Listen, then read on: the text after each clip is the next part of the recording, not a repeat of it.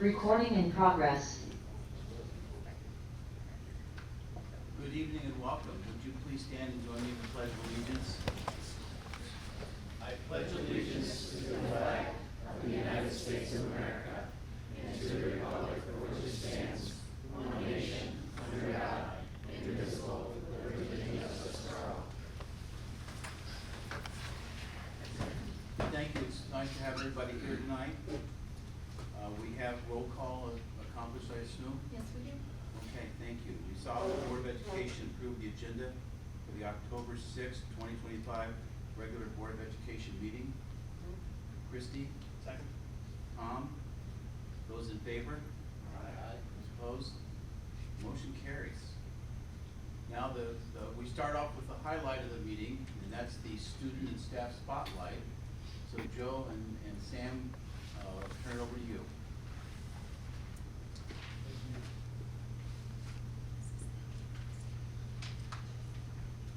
Good evening. On behalf of the board, we're excited to recognize and honor our students and staff this evening. We're going to first begin with our NYSSMA All-State Performing Ensemble.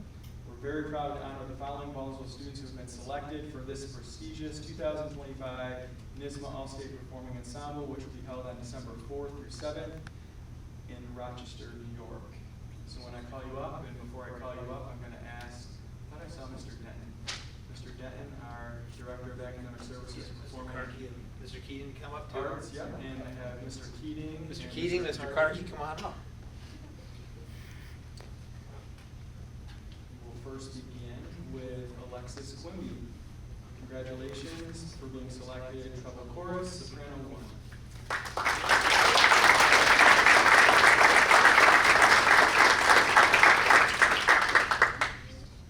Next, we have Kalia Valentine, mixed chorus, alto 1.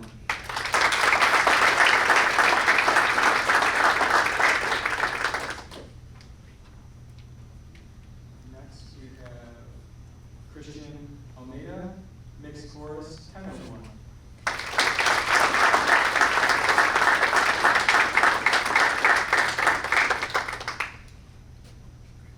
Colin Campbell, mixed chorus, bass 2.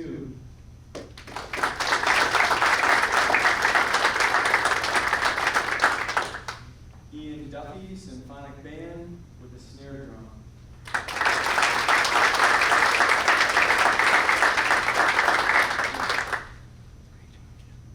Mia Bush, symphonic band, clarinet.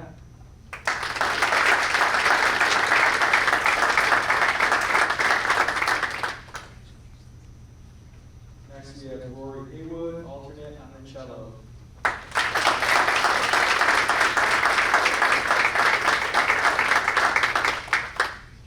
Last but certainly not least, Vanessa Tatum, treble chorus, soprano 2.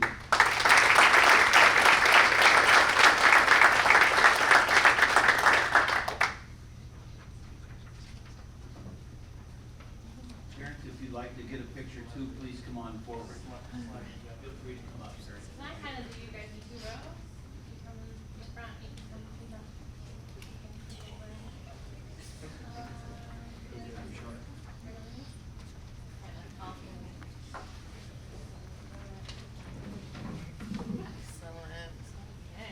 I'm going to be taking a couple photos, and then I'll let your parents look just at me, and then you can have more. Okay. One more, just right at me. Thank you.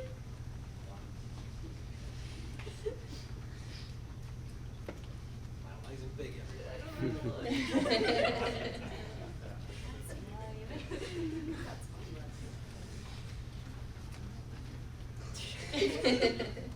You got it? Yeah.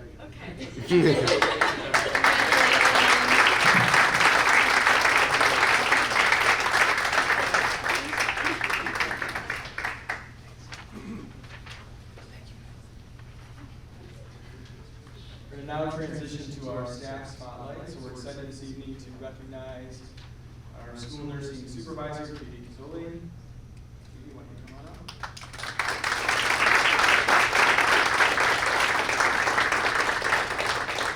Katie was nominated for this recognition by our Assistant Superintendent for Student Services, Carrie Lamacchia. Ms. Cazzoli is recognized as an exceptional leader who consistently goes above and beyond to support the health, well-being, and success of our students, staff, and the broader school community. One of Katie's most impactful initiatives was her leadership in organizing 2 on-site immunization clinics in partnership with the Onondaga County Health Department and Draco's Urgent Care. These clinics hosted on our main campus provided New York State required immunizations to all students, regardless of insurance status or access to a primary care provider. This initiative directly prevented school exclusion for numerous students and demonstrated Katie's commitment to equity and access for all. Here's an excerpt from Katie's nomination form. Katie's advocacy didn't stop with immunization clinics. Through her efforts, the district will now be partnering with the Healthy Smiles New York program to provide free in-school dental exams, cleanings, and oral hygiene education and sealants every 6 months at each of our elementary schools. This program will be offered at no cost to families or the district that ensures ongoing preventative dental care for students, promoting long-term oral health and overall well-being. Katie's ability to foster meaningful community partnerships and bring essential health services directly into our schools is a testament to her vision and dedication. She ensures that students are not only present in school, but are also thriving, healthy, supported, and ready to learn. Her leadership has had a ripple effect, enhancing student lives and strengthening our broader school community. On behalf of the district, congratulations, Katie. We appreciate all of your efforts.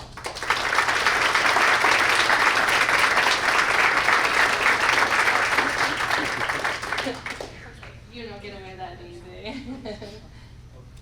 Carrie, you want to get in there? Oh, yeah, I'm Carol. sorry, Carrie.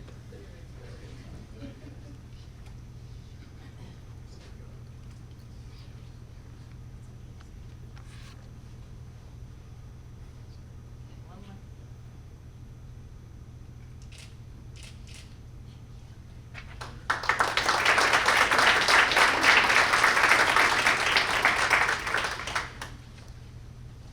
Well, congratulations to students and staff. We are very, very proud of our students, and thank you to all the parents who support our students so well.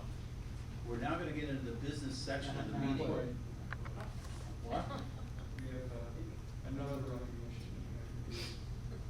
Oh. It's that time of year again, and we want to officially recognize and thank the Board of Education for their leadership and commitment to our school district. Each year, the New York State School Boards Association recognizes 1 week during the month of October for School Board Recognition Week. So tonight is the night, since we do not have another formal meeting prior to this week happening. We're excited to recognize our Board of Education for all of their efforts. We're going to play a short video that really highlights what we're proud of and the service that our board provides. After that video, I'm going to distribute a little gift that was created by one of our students at Baker High School in our visual and performing arts program. And we'll open it, have you open it, and you can show off what the student created. So thank you for all of your service to our district.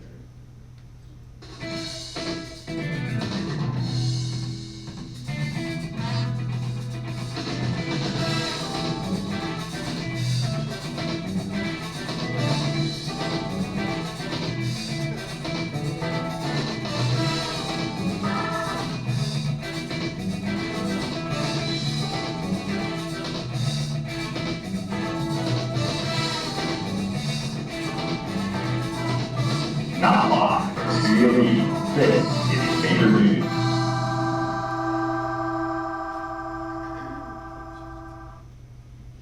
This just in, we have a special report.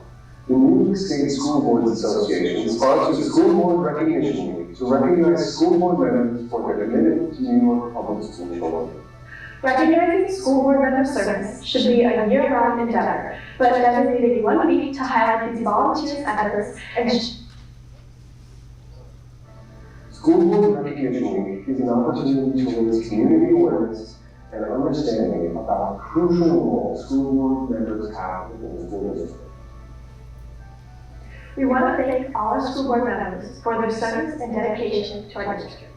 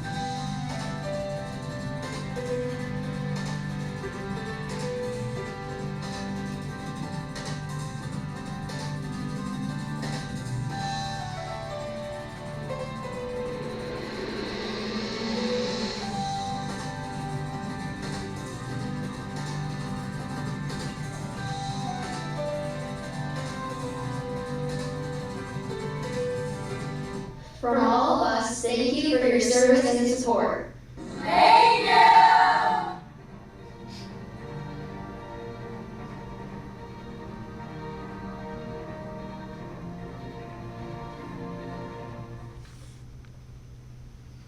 Again, thank you.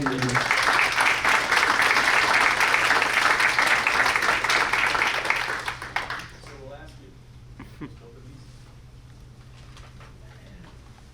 Yeah, you could all open your gift. There's a little note inside from the creator. You'll see that we have a lovely piece of photography that was created by one of our students. We want to thank our department in high school for creating these nice little mugs that represent being a part of our eye. Go Reeds.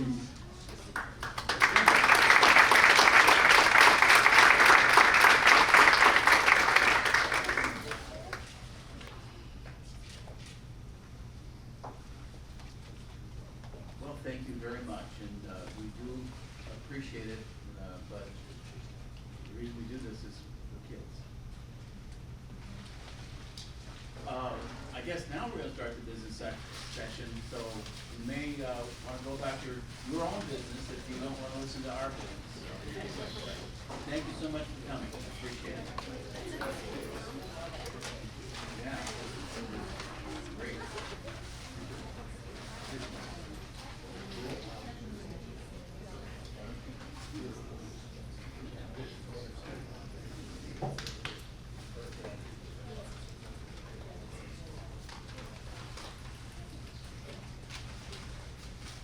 So, just to review our meetings and events, I think we've probably already talked about the community cafe, I think, haven't we? And we welcome the student board members. That was, you attended that on September 17th, I think. I'm finding this book great. Our work session, Friday, September 26th. Joe and I attended a leadership conference put on by NISBA, and the theme of it was communication between the board president and the superintendent. Actually, I think most of the people there had pretty good, this was an initial presentation that they worked through. The highlight was to determine what kind of leadership style you had. And the styles were telling, engaging,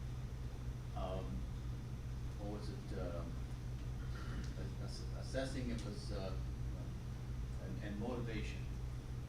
So we each got our own, and I was, it wasn't assessing, it was, analytical. It was analytical.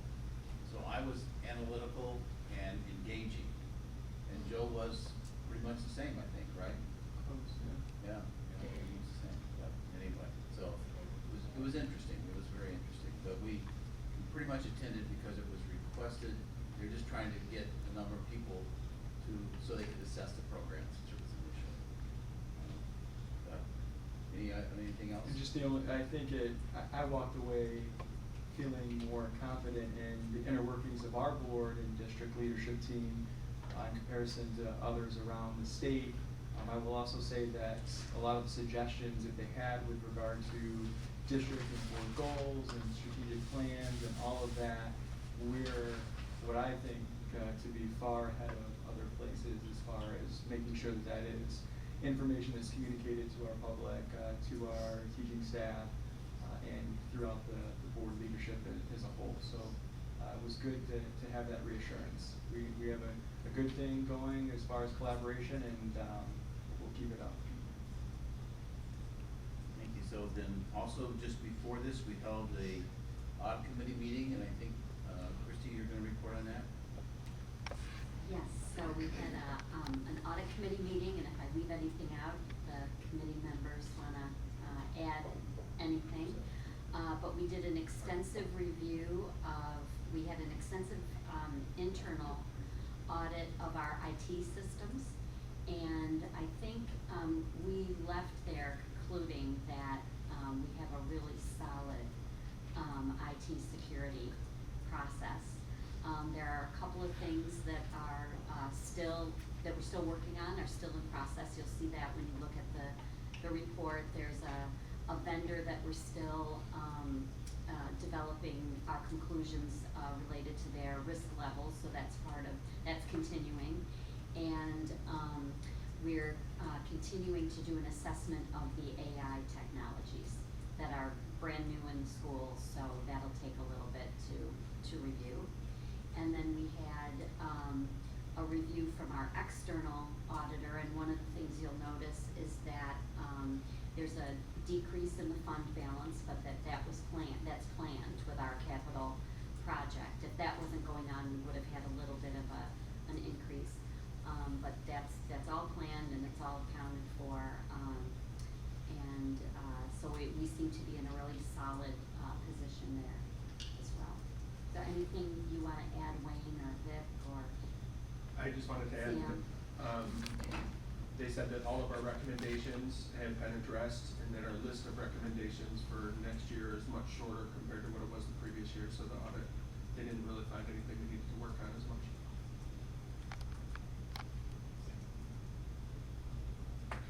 Okay. And then, Dr. DeBarber got invited to the Regents meeting today. I did. So first off, last night, Victor and I were able to attend a special event at Syracuse University in the new, relatively new Veterans Building, where the first time in well over a decade, the Board of Regents were in town for their monthly meeting in the Syracuse area. The Chancellor of Syracuse University put on the event, the reception last night, so we had the opportunity to meet with our local regent, as well as other key leadership figures within the New York State Education Department and Syracuse University. And then as a follow-up to that, today I was able to attend the Board of Regents meeting, which was hosted at OCM BOCES, and it was interesting. I think the leadership team here, occasionally when there's something big happening at SEB, we will watch the live stream.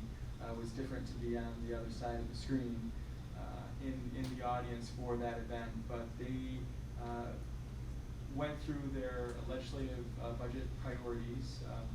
They're starting their budget cycle at this point in time, so they went through that information. They also reviewed proposed updates and regulations to the Commissioner's regulations related to cybersecurity, data retention, English language learners, and then also how the Indigenous education statement, policy, and action is being implemented across the state. So it was interesting to see and hear from students, leaders from one specific school district in Western New York.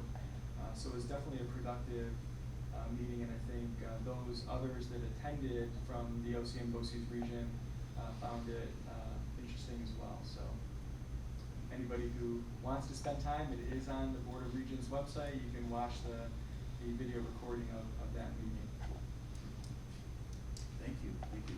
A couple other things that come to mind is Thursday, October 2nd was Custodians Appreciation Day, and we all talk about how wonderful our buildings look, so thank you. Custodians are probably out there, some of them are out there busily working now, so they're not listening to the meeting, but thank you. Also, this is Principal Appreciation Month, so you know, just think about it, principals get a whole month, and the Board of Education gets a week, so I guess that's about right, probably. But thank you to our principals who do a great deal of work, and many of them go far and beyond for our students. And so anybody else got anything to report on? Okay. Well, with that then, I think it's time for our student report. Megan? Alright, so the past couple days have been pretty busy. We had on Friday our pep rally, which was very exciting. The seniors won all of the games, so that's exciting. We also had the senior panoramic the same day, so all of us were on the bleachers. We got a great photo. And then the homecoming game, also Friday night. Viva lost, but that's okay. And the homecoming dance was on Saturday, which actually sold out, and it was our first homecoming actual dance instead of our semi-formal, which we normally have. So that was very exciting because student council worked very hard to put that together, and I thought it was great personally. We also had the National Honor Society induction ceremony recently, and the Baker's Dozen list was released, which was exciting. We're now 5 weeks into the school year, and I've noticed that everyone is kind of settled in and gotten where they need to be, especially about construction. But we're working around it. This month is October. Mrs. Manning from Eldon organized this, and it's to donate socks for those in need, and it's happening throughout this district. So that's very exciting. Thank you. So if we want to donate socks, where do we take it? Any? You can bring them to Baker. Or the district office, yeah. Any building in the district. Okay, well, thank you. That's a great idea, because I know socks are one of the most needed items, I think, for people, so wonderful. Reiterate, they must be new. Yeah, nothing that's been darned or is old. Okay, thank you. And please extend our congratulations to the inductees of the Honor Society and to the Baker's Dozen. It's great. Thank you. Okay. Well, we do love to hear from the public. We ask that speakers limit their talks to about 3 minutes. They should not include specific individuals or positions. The Board of Education will respond by letter to the individual's question or comment. But this is not a conversation or a question and answer period. Specific employer student concerns should be communicated to the superintendent of schools during regular business hours, after, of course, talking to people who might have responsibility below the superintendent. If there are more than 5 individuals speaking on the same issue, we'd like to limit that to 5 speakers on an individual topic. We're all here for our students, and it's expected that everyone speaking tonight will follow those rules, and everyone present will model the behaviors that are expected of the students in our school district. Do we have any requests to speak?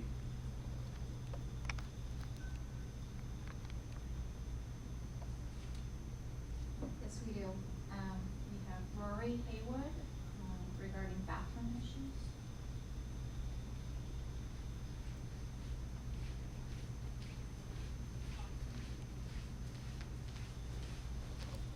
So you just sit down there and push the right hand there, the right button, and if you see this light come on, you're on. There you go, you're on. Hello, my name is Rory Haywood, and I'm a junior at Baker High School, and I'd like to make the board aware of some of the issues that are currently going on with the bathrooms. So I believe there's 3 main issues. One is that there's not enough availability of bathrooms in the school. Students are misusing the bathrooms, and then finally that the bathrooms are not clean enough. So usually I use the bathroom during lunch.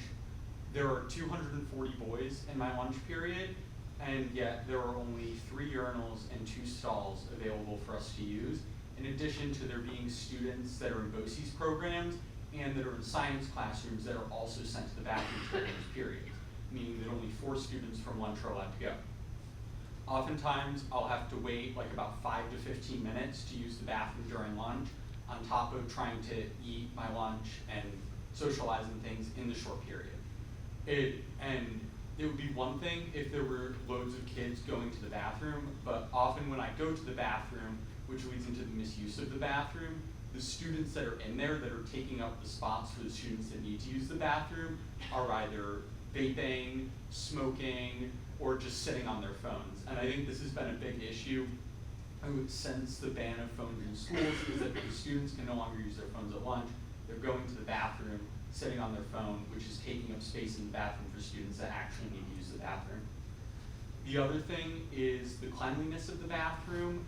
I've seen, and the custodians do a great job, and I know that they clean them often, and after they've cleaned them, the bathrooms are okay, but they're just getting trashed so frequently with like students urinating on the floors. There's also lots of trash, especially in the urinals.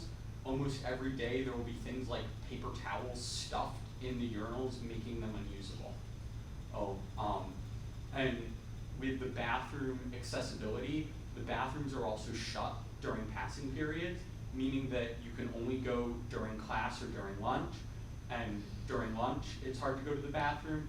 And during class, you need to use the digital hall pass system, and oftentimes students will be waiting in line for quite a while because those that are using the bathroom are then not ending their pass. So it's saying that there's more kids in the bathroom than there actually are. Thank you. Thank you, Lauren.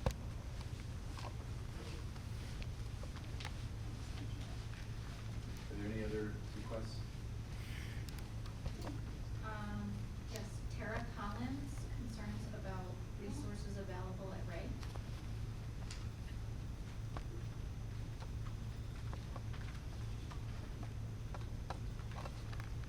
Hi. It's not on. Oh, I have to push a button. Yeah, there you go. You're on. So I'm coming to you as a parent of two children who attend Ray. First, thank you for taking the time to hear me. And I want to start by saying this is not a teacher issue. The teachers are phenomenal. This is a district issue. I do not feel that there's adequate support for students that are transitioning from elementary school to sixth grade. You have students coming from a special education classroom in the elementary school where they are provided with support from a special ed teacher from the time that they get there till the time that they leave. These students that need that significant amount of support are being transitioned to sixth grade with 40 minutes of math, special ed support, and 40 minutes of ELA. You have children in these integrated co-teach classroom that currently cannot read. And they are expected to understand words like photosynthesis, incapable, illiterate, students who cannot read. I feel that there is a significant deficit of resources at Ray for the sixth grade students. More resources need to be put in place when you have students transitioning from such a supportive environment into an environment where they are getting 80 minutes out of their school day, and they are expected to go to social studies and science, which are two very heavy vocabulary classes without adequate support or modifications. And from a teacher's standpoint, I am a special education teacher. You are asking these teachers to work miracles while trying to teach the gen ed curriculum at the gen ed pace with students who are 2, 3, 4, 5 grade levels below the academic level that they are being taught. I would like the Board of Ed to please look into this and go for yourself, talk to the students, talk to the parents, see it for yourself. Thank you. Thank you. Are there any other speakers? Yep, Christina Crump regarding IEP concerns.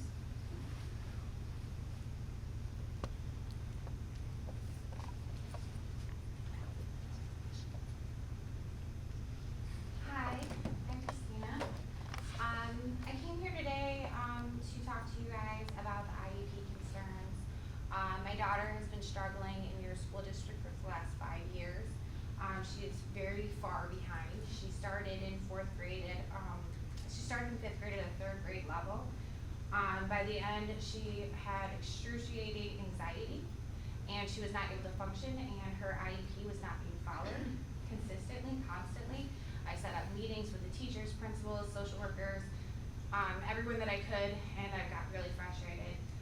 She's finally gotten to the point where, it was crippling for her social skills, her life, everything. Like, she got to the point where she was avoiding school because of the bullying that was consistent.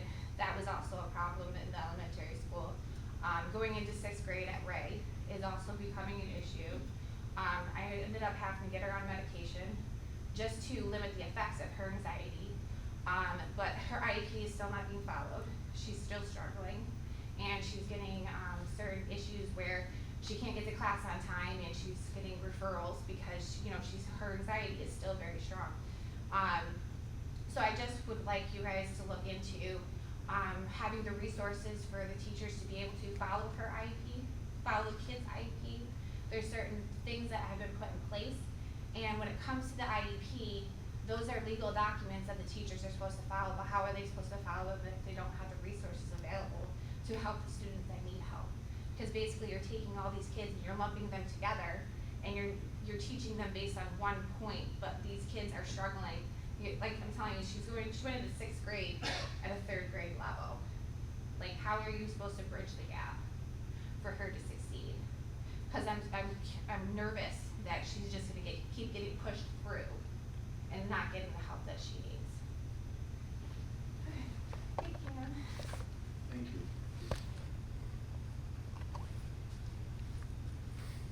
Okay, next is Bill Chambers, regarding the golf and cross-country teams.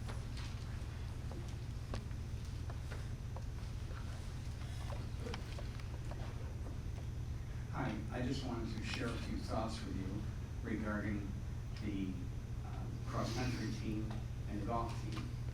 And I know Joe was in attendance. I'm not sure if any other board members were in attendance at the 73rd Baldwinsville Cross-Country Invitational.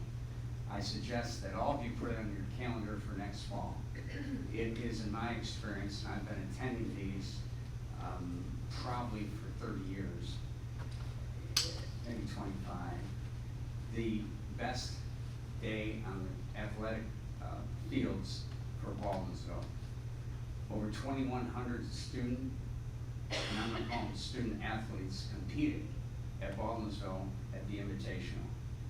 The very first Invitational I attended, I had a chance, I was volunteering, and I met someone who was on the course doing his preparatory review of the course.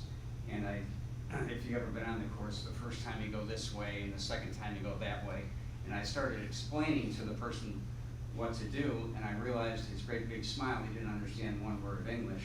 He turned out to be Lopez Limon, who maybe 5 or 6 years later was carrying the United States flag in the entrance of the Beijing Olympics. Baldwinsville has a great tradition in cross country, and I just want to thank the board for their support of the program. I think it's close to 200 runners. I'm not sure, maybe 180 runners between modified, JV, and varsity. I had 2 sons who ran, and it's a lifetime activity. It's not football. It's a lifetime activity. And my one son is going to be running a half marathon this week, and we're going to watch him in Hartford. My other son ran a marathon last year at Ondar Lake. It's a great program. The coaches are terrific. And typically, the students who run cross country are great student athletes. They're students. And if you look at the Baker's dozen, typically, there's at least one, if not several, runners in that grouping. This past fall, I've been fortunate to be able to observe the golf team at Timberbanks, where I spend a lot of time. And the Board of Education approved a couple years ago having 2 teams, and it's terrific to see the growth of the golf program. I think close to 60 individuals tried out for the boys team, of which 24 made the team. And I've had a chance to observe the behavior of these students.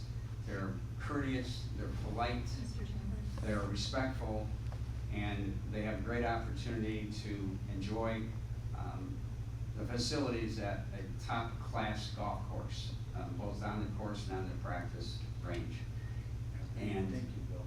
Appreciate it. And I'll just say the last comment, not supposed to say this, but Jamie and Kevin have done a great job in working with the golf team. It's just really good to see. We do try to keep discussion. But thank you. And I understand the reason you spend so much time out there is that your golf game's not that good. Is that correct? Any major requests? Any other No, there are requests? not. Okay, well, thank you, everyone. We do appreciate your public. Moving on to our consent agenda. Resolve the Board of Education approve the consent agenda pursuant to the attached. Tom? Second. Wayne? Number of items here, I believe everyone's had a chance to go through the personnel part. Obviously the minutes, the budget transfers, I don't think, the claims audit report, I know we've all, got a chance to. Maybe we should explain the contracts and agreements here. So the Three Rivers is the hockey. That is correct. Mr. Hockey team. What is the affiliation agreement? Affiliation agreement with SUNY Plattsburgh is for our, Our student teaching. student teachers. And field placements. Okay, great. And then lastly, this last one is just some consultants to look at our school lunch and suggest any way we can improve that. Is that correct? Correct, yep. Okay. Okay, are there any other questions or comments on the consent agenda? Okay, hearing none, we'll move to vote. Those in favor? Aye. Those opposed? Motion carries. New business A, textbook adoption. Resolve the Board of Education approve the textbook adoption of Three Things I Think Are True by Betty Cully to be used in grade 9 English classes pursuant to the attached. Sam? Second. Tom? Okay, is there any questions or discussion on this particular book? Just one thought, and it's actually, it's kind of a thought that the book sort of prompted. It's not actually specifically the book, although the book is, so there's part, if you've read through, part of the core of this is a student, a child who's injured from a gun that's not stored properly. And that just sparked a memory. When I first got on the board a couple years ago, we had someone present for the board information. I think they had a program available for safe handling of firearms. And I don't remember who that was. I went back and looked and I didn't find it. But we had someone giving a presentation to that effect. And that just sort of, we probably from this spot within 20 miles of here in any direction, we probably have 3 or 4 sportsmen's clubs who also offer classes. And I was just thinking that might not be a bad idea to look into something like that for students. Thank you.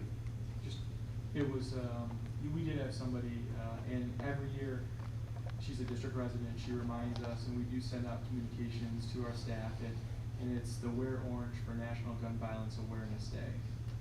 That happens every year, I believe in June, so that is something that is on the radar.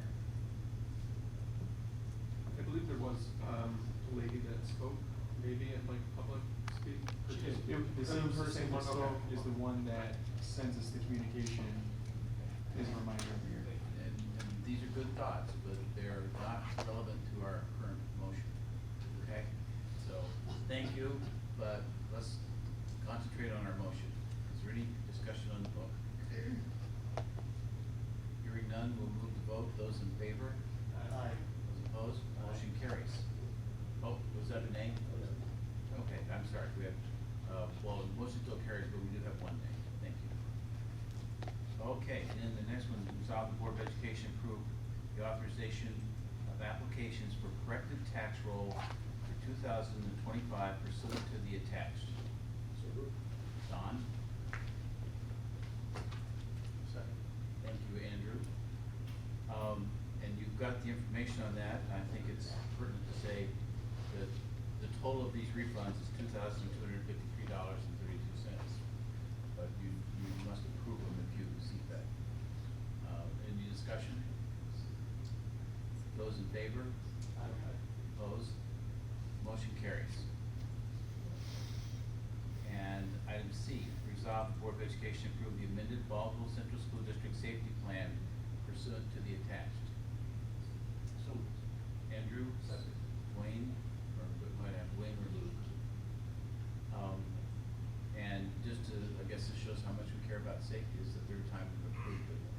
I'm joking, but any minor change we must approve, and what prompts this approval? So, it is in regard to the SRO, SRPO agreements. We had a slight adjustment to the salaries, which the board approved, back in August. And then, Dasha's Law, which is a cardiac response plan.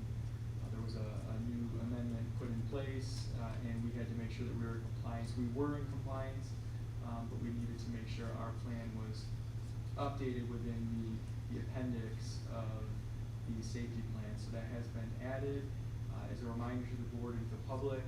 Whenever we have a public hearing or there's been a change to the safety plan, we have to hold a public hearing. This was held on September 3rd. There's a 30-day public comment period, and then we make adjustments as needed, and then it comes back before the board for a vote. So we have met all of our obligations. Okay. So again, another minor change is the reason for this. Questions? Move to a vote. Those in favor? Aye. Opposed? Motion carries. D, resolve the Board of Education authorize the superintendent of schools to execute on its behalf the collective bargaining agreement between the Baldwinsville Central School District and the Baldwinsville Association of Principals and Instructional Supervisors for the period July 1, 2026 through June 30th, 2030. Be it further resolved that the Board of Education fund the collective bargaining agreement between the Baldwinsville Central School District and the Baldwinsville Association of Principals and Instructional Supervisors for the period of July 1, 2026 through June 30th, 2030. Sam?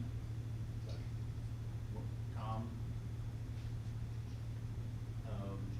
Any questions? I think we've all seen this contract, so any discussion on it? Okay, we can move to vote. Those in favor? Aye. Those opposed? Motion carries, and I think probably very appropriate that during Principals Appreciation Month, we approve this contract, and we're certainly very appreciative of all their efforts, so thank you. E, resolve the Board of Education approve the award of contract for the 2025-26 Capital Outlay Project General Construction Contract to McGinnis Nelson Construction pursuant to the attached. Move it. Second. Lane? How about just a brief 25 words or less on this? And this is for just a portion of a small contract. Capital outlay, and it is for replacing stair treads at Baker High School, similar to what we did this past year at Palmer Elementary School. Okay. We get about 80 cents back on the dollar for the work. Any other questions? Okay, those in favor? Aye. Those opposed? Motion carries. F, resolve the Board of Education accept the independent audit report from the Baldwinsville Central School District for the fiscal year ending June 30th, 2025. It was presented by the Arcangelo and Company LLP and the corrective action plan pursuant to the attached. Don? Luke? And of course, the audit committee went over this, and I think everybody's seen this in the, was it in the letter? Right, letter. Any questions or discussion? Those in favor? Aye. Those opposed? Motion carries. Resolve the Board of Education accept the external audit report from the Baldwinsville Central School District for the Baldwinsville Central School District for the fiscal year ending June 30th, 2025 that was presented by MMZ Company and the corrective action plan pursuant to the attached. Sam? Wayne? Again, the same thing. We have seen this. The audit committee went through it. Any other questions or discussion? Those in favor? Aye. Opposed? Motion carries. H, resolve the Board of Education approve the resolution granting partial exemption for real property taxation for real property located within the Baldwinsville Central School District boundaries and owned by certain persons with disabilities with limited income and certain persons with limited income who are 65 years of age and over pursuant to the attached. Luke? Wayne? Again, this was the result of our discussion at our last meeting. I think everybody's probably aware that 49,000 is the top exemption for the highest your income can be. That's a 5%. It scales down to 39, which is 50%. Any other questions or discussions at this point? So, yeah, so in the last meeting, I was kind of leaning in favor of this, and then we had a public hearing that lasted about 90 seconds because there was no one there. And tonight we have this on the agenda, and we are the only ones in the room. We don't have any other statistically significant data that says anybody even cares about this, so I'm not sure why we're even considering this. No one's asked for it. I mean, that's essentially what's happening. Nobody has asked for this. And in my opinion, this resolution ought to be withdrawn. Any other comments, discussion?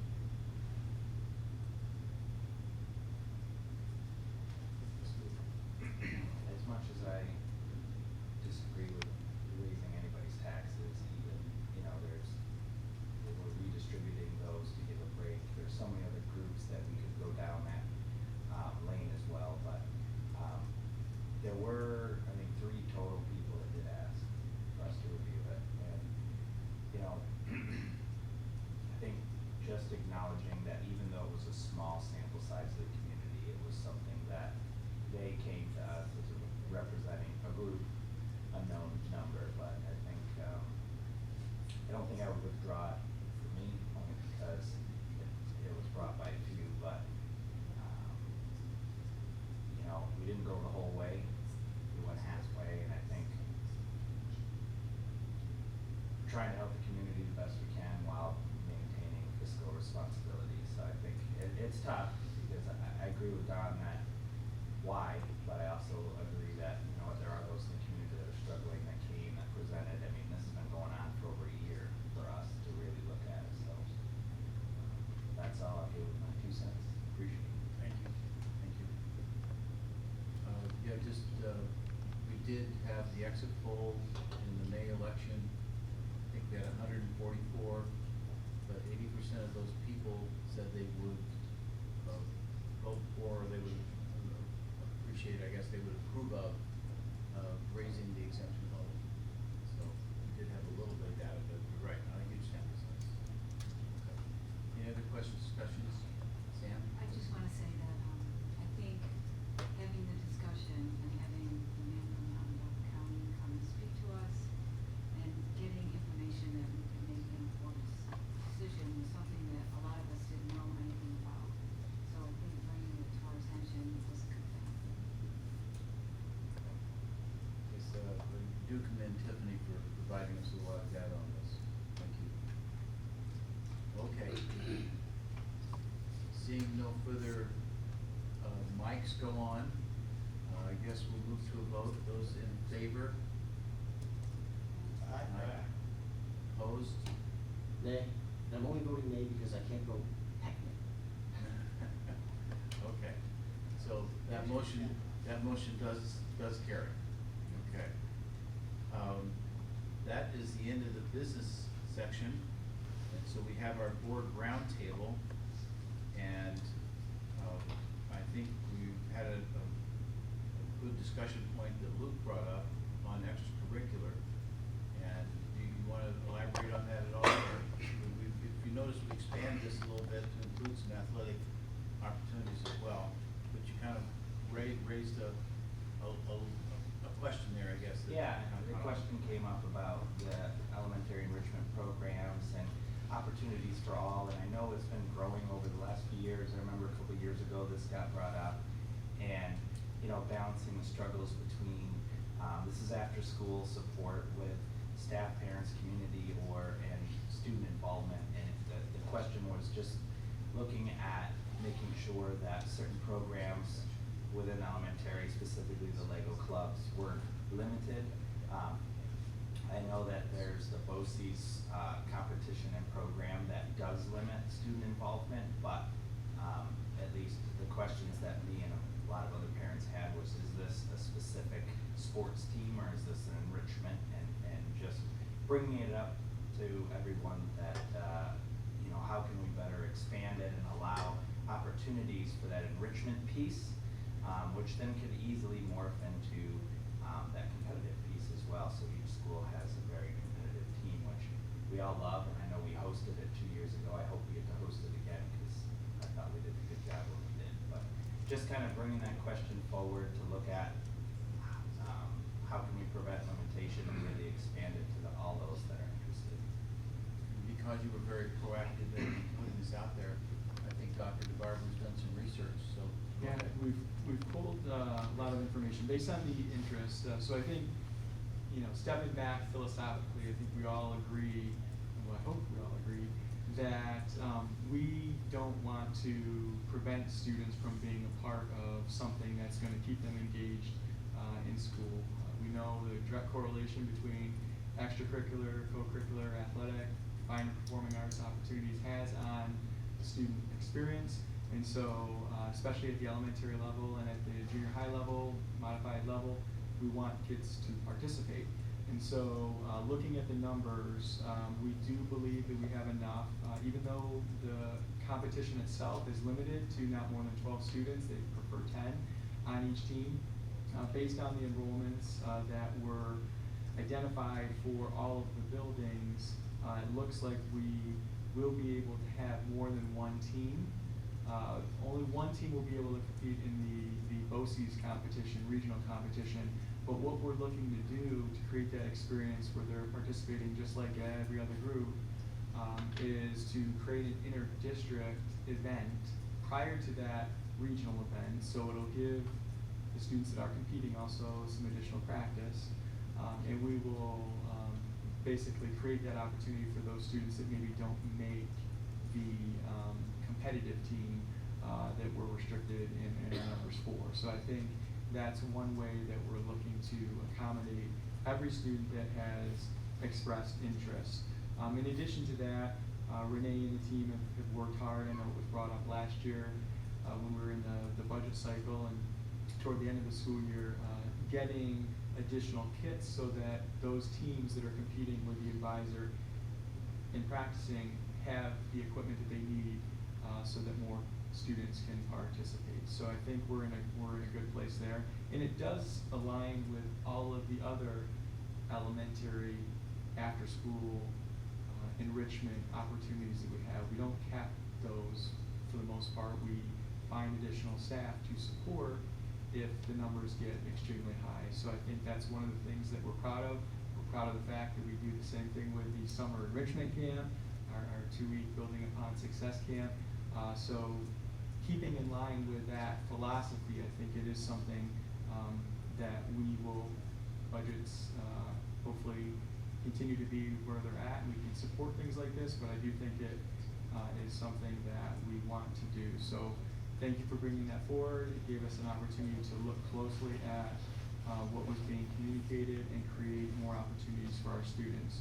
It also led to a conversation, again, at the modified level, that grade 6, 7, 8, what are we doing for those that participate in athletics? And so one of the things that I wanted to bring up with the board, and we've been having some conversations with our athletic department, our athletic director, my personal philosophy, which I think is in alignment with everyone here, is that we want to create experiences for students, and I don't believe we should be cutting students from modified programs. It's different when you get to the JV and varsity level, even the freshman level.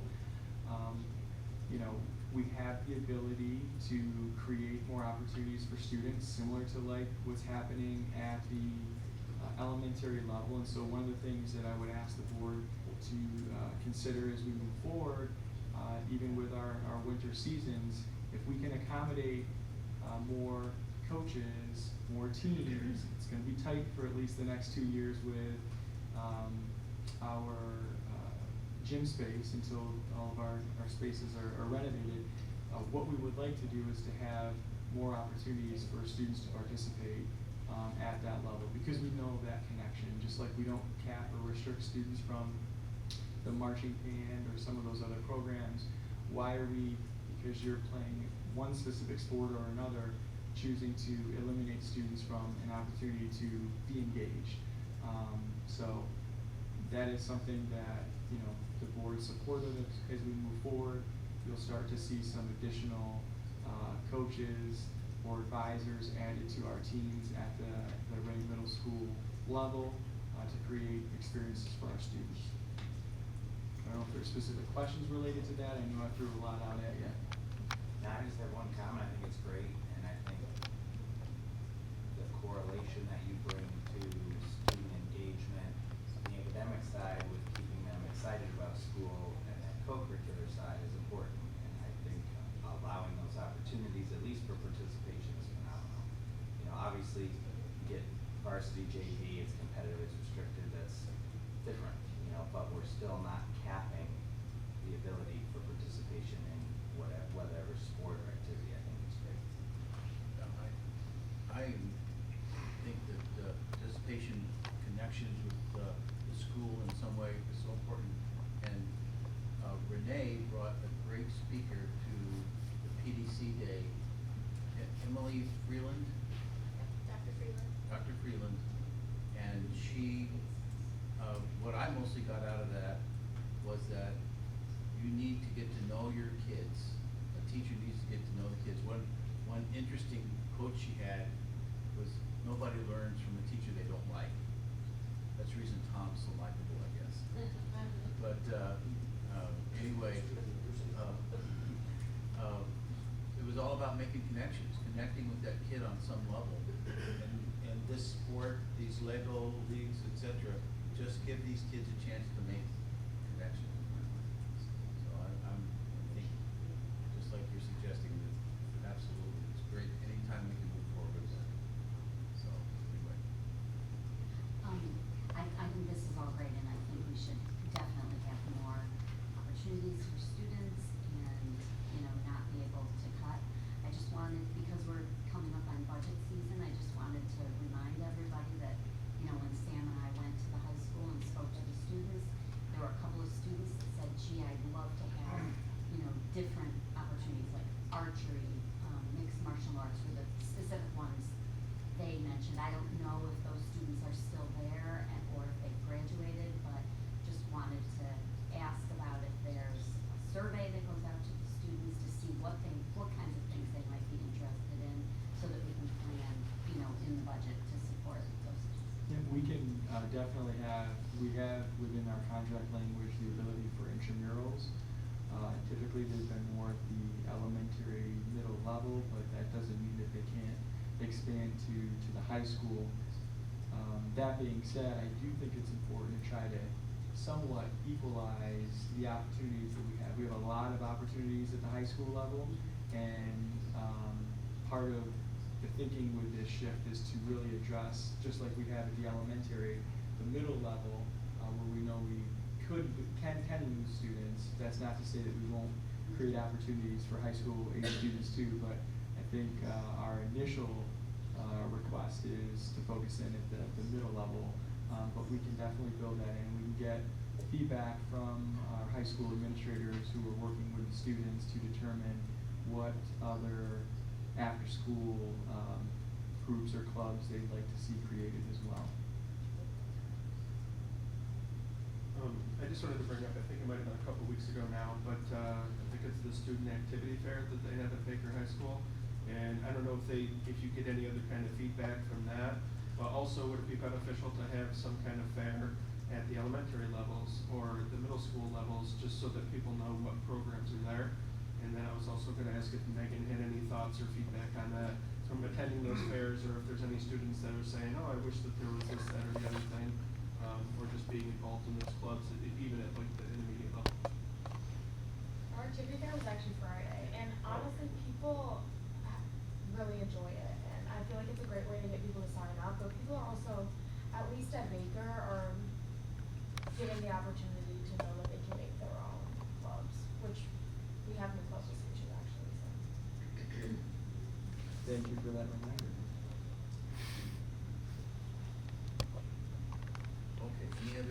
thoughts on this? It sounds like we're headed in the right direction, and certainly, there shouldn't be any budget constraints even this year from bringing some money from other accounts into Yeah, we fund do this. have, funding, set aside some, fund balance in our athletic codes and other codes to create, additional, teams as needed. Okay. Anything else, want to move on to the next item? So the next item is the, NISBA proposed bylaw amendments and resolutions. And there were, how many, Mr. Hinty? 38. 38 this year, which is far fewer than last year. So unfortunately, unlike that wonderful session that you and Don got to go to at midnight on, it may be shorter this year. Sorry, Sam. But were there any specific thoughts? We have one that we'll talk about in a minute. Any specific thoughts on any others? I got one, I can't remember, it's probably 7 or 8 in the resolution, list where, they, are in favor of more charter schools, and I was surprised at that. So they're in favor of charter schools. This is where I am, sorry, guys. That's okay. And then I'm surprised also, I'm talking, that we don't have anybody from upstate New York on that committee. The closest school is Hamilton. So there's nobody up this way, I think there's 1 or 2 in Buffalo. So that would be a very good question. How does that committee get chosen? I guess that's a question that, I've received a couple of correspondence from Danielle Grasso. yeah. So I can just ask her. Great. See if she can provide us with an answer. Great, thank you. Have you found the charter school one? So basically, your, It's number 6. Yeah, number 6. 6, I'm sorry, yeah, page 15.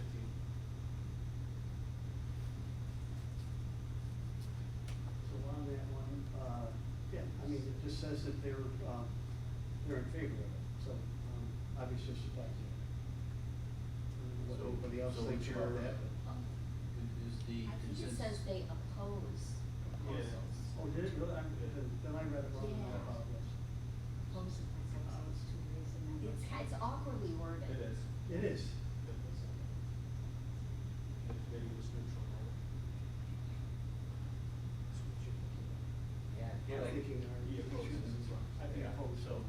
So just to be clear then, you would support opposing? Yes. Yeah, okay. Joe, And my, yes? my comment's not related to that, you got me thinking back, and I just looked at the, how the committee's created, so coincidentally, there is a representative from each of the areas that make up NISBA, so our area 4 is represented. The problem is, it's just, there's a lot of schools in each of the areas, so it appears as if it's not as evenly distributed, but technically by the NISBA, the way it's set up, organization, we are represented, even though it's not somebody That is close to the Hamilton Syracuse is, area. Actually, no, the representative is from, for Region 4 is from Newark Valley, which is down south. south of us. Very, very Hamilton's small. actually Region 5. Yeah. So it's just, there is representation, maybe we need to advocate more for a central New York school district, serving on that resolutions committee, for Region 4. But I just wanted to make sure, we are technically represented, within our region. Well, at least we know they do try to get one from every region. So Don? just a thought on number 6. We'll have to set up separate lobbying organizations of our board representatives, but I would actually be in favor of more charter schools. So, we'll thumb this. Okay. Okay. Are there any other particular other proposals to talk about? And what is, our proposal is 38, what is it? I can't remember, 30? 20. Oh, 20, it's 20, number 20? Okay, thank you.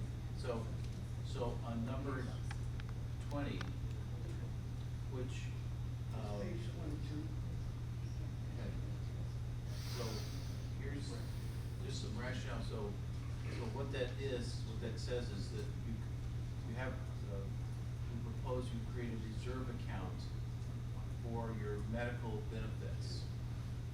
And, the rationale, general rationale for that, have a page of stuff, but, you know, the reserve accounts can be very important in budgeting because it does give you a chance to create a savings account for your various line items. And what my rationale was is that you have a reserve account right now for your teacher's retirement system. That's under 4% of your budget. You have a reserve account for employee retirement system, which is 1.6% of our budget. You have one for workman's comp, which is 1/3 of 1% of your budget, of our budget. The medical benefits is 17.8% of our budget, and you don't have a reserve account for it. And I assume, you know, we can only deal with our budget, but you gotta believe everybody's budget is somewhat similar percentage-wise, because their rates on workman's comp would be about the same. There's certainly rates on ERS and TRS are the same. So you gotta assume everything. So the idea was, do create a reserve account. You don't have to use it, but have a reserve account available to you in case you wanna put some money in there. Because as Don earlier said, the health insurance is one of those that can spike very quickly and is very unpredictable. Just to clarify something else, because the more and more I read through this here in the conversation, this resolution is supported by NISBA. It's the DEI committee that is a subcommittee of this. They reviewed it for looking at it through the lens of equity, and I'm assuming they probably are neutral because there's going to be the haves and the have-nots based on funding and how much extra funding schools have that they can put into a reserve. But if you look at this, it is listed under the category of recommended by the resolutions committee. So that's a good thing. Well, that's good news. I didn't realize that. I misspoke then, probably, I'm sorry. Yeah, very simple. So the last point that I think is still a good point is that if you created this reserve, there's advantages to people who want to use it. What are the disadvantages? There are no disadvantages. You don't want to use it, don't use it, you know? So why wouldn't you give schools that tool if they want to use it? Okay. But this is good news that so it made Sam's job really easy now. Okay, so that was kind of our take on it, I guess, but anyway. Okay, any other thoughts on either of those items? Okay. Well, guess what? Resolve the Board of Education enter into executive session to discuss matters that would otherwise confidentially, personally identify student information. Need a motion? Move? Second. Tom? Those in favor? Aye. Those opposed? Motion carries. About 2 minutes and we'll be in exec, okay?